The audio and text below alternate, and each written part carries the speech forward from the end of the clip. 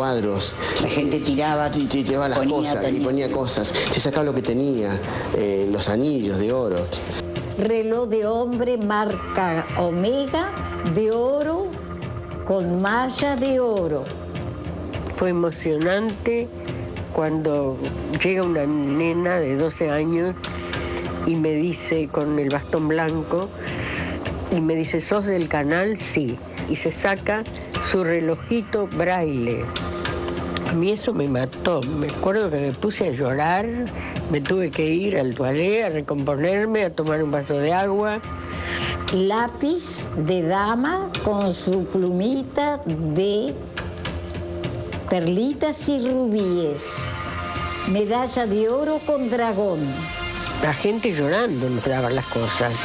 Iban los jugadores de fútbol y donaban casas.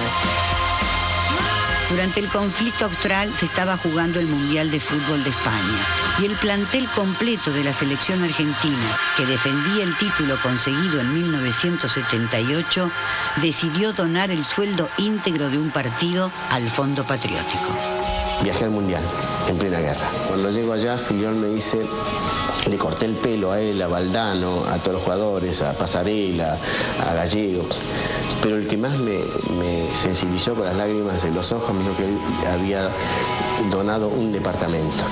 Fillol, un departamento para ayudar justamente el Fondo Patriótico, para recaudar fondos para las Malvinas. ¿Y ni se te ocurrió preguntarle si había firmado algún papel, si alguien se llevaba un control de eso? No se hablaba. No se hablaba. Era desprenderse. Desprenderse. Era un acto de fe. Un acto de fe que uno lo hacía por sentirse mejor. Había actores que salían con un ramo de claveles a la puerta y a los autos que pasaban le ofrecían un clavel. Te daban desde 10 pesos hasta 100 pesos por un clavel, porque era para las Malvinas, para los muchachos. Manuel Solanet fue el hombre que manejó las finanzas de la guerra. En el 82 era el segundo en el Ministerio de Economía del gobierno del general Leopoldo Fortunato Galtieri.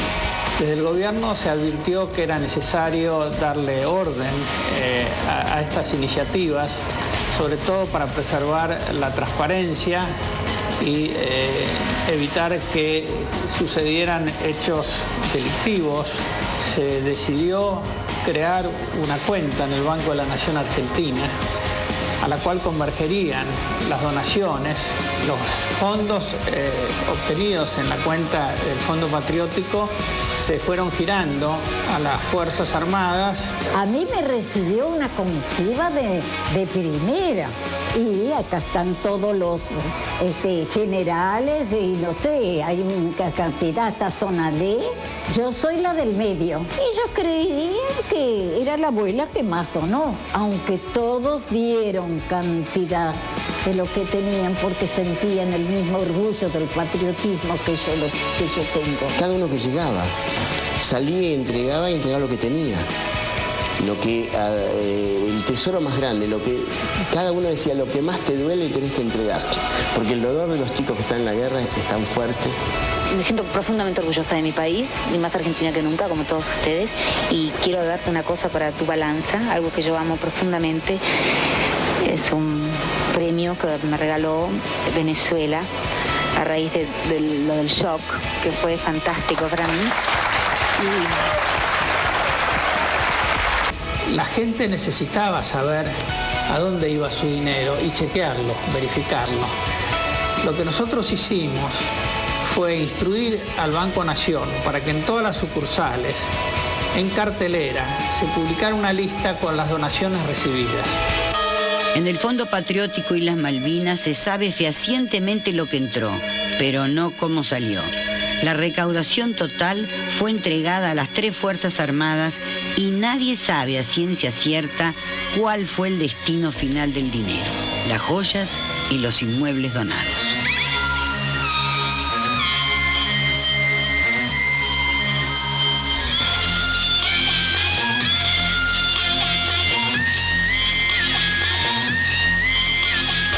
A Malvinas, a los soldados no nos llegó prácticamente nada de lo que la gente juntó. Un poco todo lo evidenciamos, creo que mayoritariamente después, nosotros cuando regresamos. Y era muy conmovedor ver a la gente, que creo que tiene que ver con cierto espíritu solidario del pueblo argentino, de siempre que pasa algo, donar lo que no tiene, y por supuesto los que más donaban eran los que menos tenían. Y lo más triste de todo es que eso fue totalmente robado, así como los alimentos que mandaba la gente, que luego no se distribuían entre nuestros soldados, que pasaban frío, hambre, todo tipo de necesidades, mientras que los jefes de la guerra estaban tomando whisky en Ushuaia, ¿no? Galtieri tomaba whisky, pero en la Casa Rosada.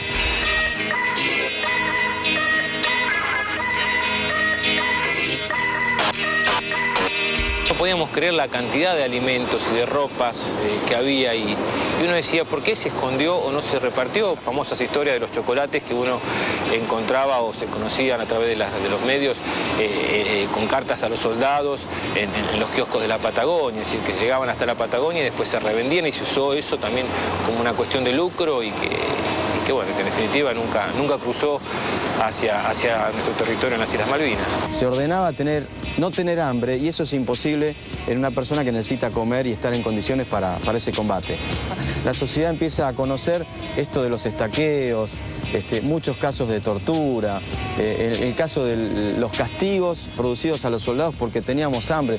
Yo les puedo asegurar que no pasan frío porque tienen muchísimo abrigo y van a volver con algunos kilos de más porque comen mejor que en casa.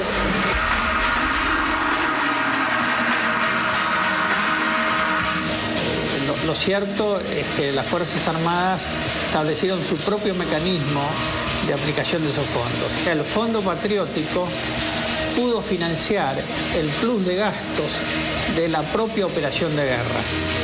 Los soldados teníamos que rebuscárnosla de alguna forma, matando ovejas o escapándonos y caminar 8 kilómetros para llegar a un depósito de comida, que después eso era castigado con este tipo de torturas. Las mismas aberraciones, insisto, que cometieron en muchos casos en los campos de concentración y en los centros clandestinos de detención. ¿Sufre mucho el frío, por ejemplo?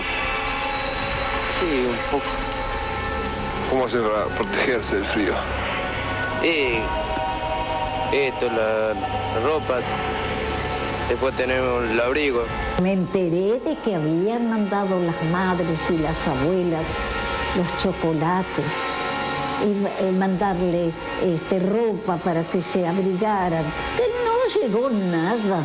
La gente tiene una percepción de que no llegaban las cosas a la línea de fuego. Cuando la Argentina perdió el techo aéreo y no pudo contar con sus helicópteros y con los elementos que podía haber dispuesto para llegar a las líneas de trincheras, podían estar todos los elementos para abastecer la tropa a muy corta distancia, pero era muy difícil hacérselos llegar.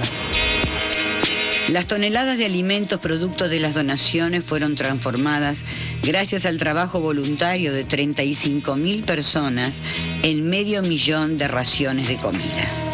Los cientos de containers fueron llevados hacia Comodoro Rivadavia, pero allí quedaron varados por falta de transporte que los acercara a las islas.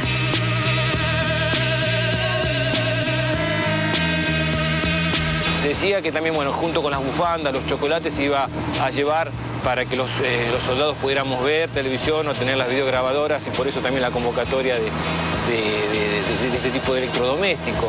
Lo real es que nunca fue, porque los aviones se usaban para llevar alimentos, en tal caso, o fundamentalmente armas, municiones, pero nunca se pensó, y creo que desde el vamos se sabía que no se iba a utilizar estos fondos que se recaudaban para ayudar a los soldados, que era la convocatoria fundamental, poder abrigar, alimentar y proteger a aquellos soldados que estábamos en las islas dando la vida por la patria. No hay que olvidarse de que esta fue una guerra que no estuvo planificada. Lo que se decidió en aquel momento, hasta donde uno puede entender, fue la ocupación de las islas para dejar allí un destacamento al solo efecto del orden en las islas. Se supuso que no iba a haber una reacción bélica de Gran Bretaña. ¿Cuál es la misión que cumplís aquí? Vigilar. ¿Piensan en la posibilidad de un combate? No sé.